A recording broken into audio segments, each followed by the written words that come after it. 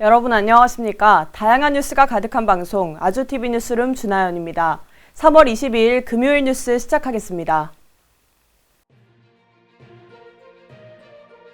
여론조사 결과 윤 대통령 지지율이 34%까지 내려갔습니다. 정당별 지지율은 국민의힘이 민주당을 간소하게 앞섰습니다.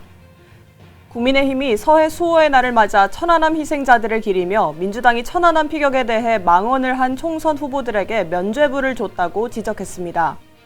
이종섭 주 호주 대사와 관련한 허위 공문서를 작성했다며 민주당이 윤 대통령을 공수처에 다시 고발했습니다. 조규홍 복지부 장관이 의대 2,000명 증원에 대해 재론의 여지가 없다고 못 박으며 의료계와는 비공식적으로 대화를 이어가겠다고 말했습니다. 정부가 농산물 납품 단가 지원 품목과 할인 지원율을 확대한다고 밝혔습니다.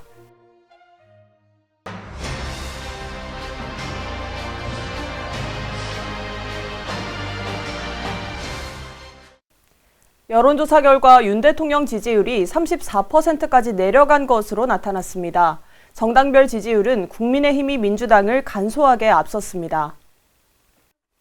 한국갤럽에 따르면 윤석열 대통령의 국정 지지율은 2%포인트 떨어진 34%를 기록하며 2주 연속 떨어졌습니다. 직무 수행을 긍정적으로 평가한 사람들은 의대 정원 확대를 가장 큰 이유로 꼽은 것으로 알려졌습니다.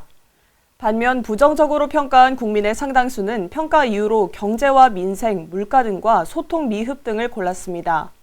정당 지지도의 경우 국민의힘은 3%포인트 하락해 34%를 나타냈고 더불어민주당이 1%포인트 오른 33%로 뒤를 이었습니다. 조국혁신당은 1%포인트 상승해 8%를 기록했으며 지지하는 정당이 없는 사람도 18%인 것으로 조사됐습니다. 한편 향후 1년간 우리나라 경기에 대해서는 절반가량이 나빠질 것으로 전망했습니다. 국민의힘이 서해 수호의 날을 맞아 천안함 희생자들을 기렸는데요. 동시에 민주당이 천안함 피격에 대해 망언을 한 총선 후보들에게 면죄부를 줬다고 지적했습니다. 국민의힘은 제9회 서해 수호의 날을 맞아 나라를 위해 목숨 바친 서해 수호 55용사의 희생과 헌신을 기리는 자리를 마련했습니다. 박정하 국민의힘 선대위 공보단장은 마지막 순간까지 서해를 지킨 영웅들께 깊은 경의를, 유가족께는 위로의 마음을 전한다고 말했습니다. 한편 더불어민주당 후보들이 과거 북한을 도발한 발언을 놓고는 망언이라고 날을 세웠습니다. 천안함 폭침 관련 발언으로 논란이 됐는데도 공천을 받은 후보들이 있다며 이들의 이름을 하나씩 나열하기도 했습니다. 이어 북한은 지금까지도 한반도 평화를 위협하고 있는데 민주당 후보들이 이같이 말해 국민에게 씻을 수 없는 상처를 줬다고 비판했습니다. 이런 후보들에게 면죄부를 준 민주당은 공당으로서 자격 상실이라면서 국민의힘은 용사들의 희생이 헛되지 않게 자유민주주의를 지키겠다고 강조했습니다. 민주당이 윤 대통령을 공수처에 다시 고발했는데요. 이종섭 주 호주 대사와 관련한 허위 공문서를 작성했다며 고발한 것으로 알려졌습니다. 더불어민주당은 총선 상황실 브리핑에서 윤석열 대통령과 대통령실 관계자들을 고위공직자 범죄수사처에 고발했다고 밝혔습니다. 이종섭 주 호주 대사의 출국 논란과 관련해 허위 공문서를 작성했다며 대통령실을 고발했다는 겁니다. 박주민 원내수석 부대표는 대통령실이 이종섭 전 국방부 장관의 도피성 출국에 대해 낸 입장에 허위 사실 2개가 담겼다고 지적했습니다. 하나는 공수처가 이 전 장관의 출국을 허락했다는 내용인데 공수처가 그런 적이 없다고 꼬집은 겁니다. 앞서 민주당은 이 대사의 부임과 출국에 대해 윤 대통령을 직권남용과 범인 도피죄 혐의로도 공수처에 고발했습니다.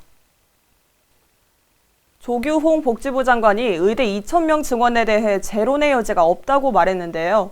의료계와는 비공식적으로 대화를 이어나가겠다고 강조했습니다. 조규홍 보건복지부 장관은 의대 입학 정원 배분에 대해 재론의 여지가 없다면서 앞으로 대입 전형 및 대학 학칙 변경 등을 진행하겠다고 밝혔습니다. 조 장관은 정부가 정원을 일방적으로 할당한 게 아니며 대학들이 증원 수요를 내 정부도 협력하는 것이라 설명했습니다.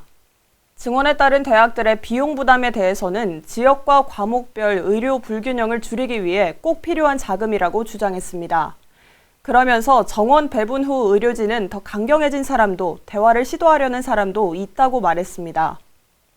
교수들의 집단 사직과 관련해서는 환자 곁을 떠나기보다 교육의 질을 유지할 방법을 찾아야 한다고 비판했습니다. 다만 향후 의료계와는 비공식 접촉을 통해 대화를 계속해 나가겠다고 강조했습니다. 정부가 농산물 납품 단가 지원 품목을 13개에서 21개로 늘릴 예정인데요. 20%였던 할인 지원율도 한시적으로 30%로 올린다고 합니다.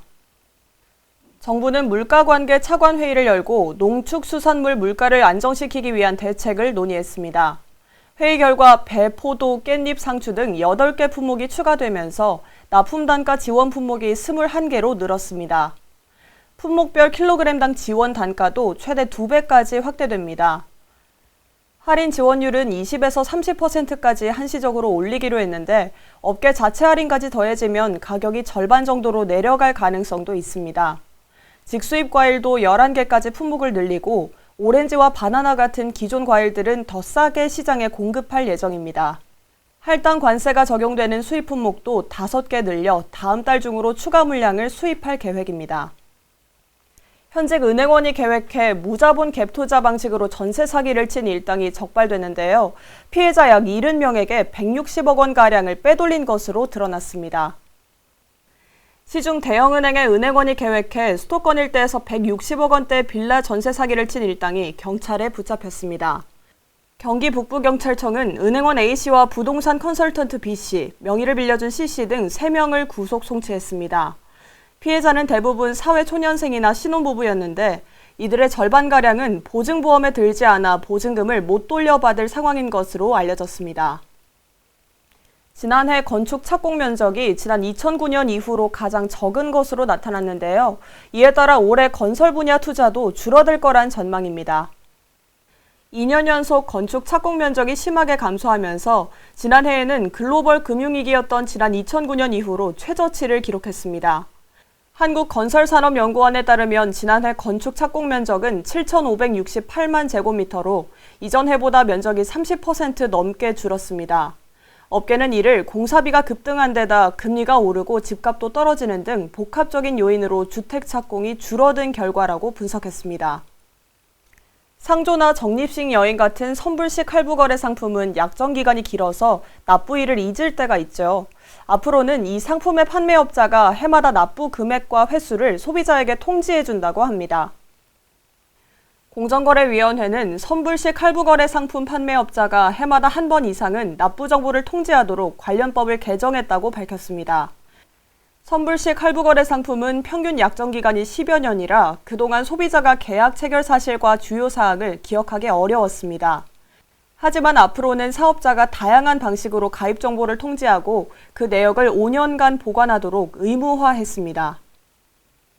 이어서 날씨 전해드리겠습니다. 오후에 중부지방과 호남 서부에서 비가 시작됐는데요. 이 비는 밤새 전국으로 확대되면서 내일 새벽까지 전국 대부분 지역에 내리겠습니다. 수도권과 강원 영서, 충북 북부에는 10에서 40mm, 그 밖의 지역에는 5에서 20mm의 비가 내리겠는데요. 이번 비에는 황사가 섞여 내릴 수 있어서 우산 꼭 챙기셔야겠습니다. 서해안과 제주엔 강풍주의보가 내려졌습니다. 이 지역에는 순간풍속 초속 20m가 넘는 돌풍이 부는 곳이 있겠고요. 그 밖의 지역에서도 강한 바람이 불겠습니다. 내일 오후부터 모레 오후 사이엔 남해안과 제주에 비가 내리겠고요. 그 밖의 지역은 대체로 흐리겠습니다. 기온은 점차 오르겠는데요. 일요일에는 서울의 낮 기온 21도까지 오르면서 평년 기온을 크게 웃돌 전망입니다.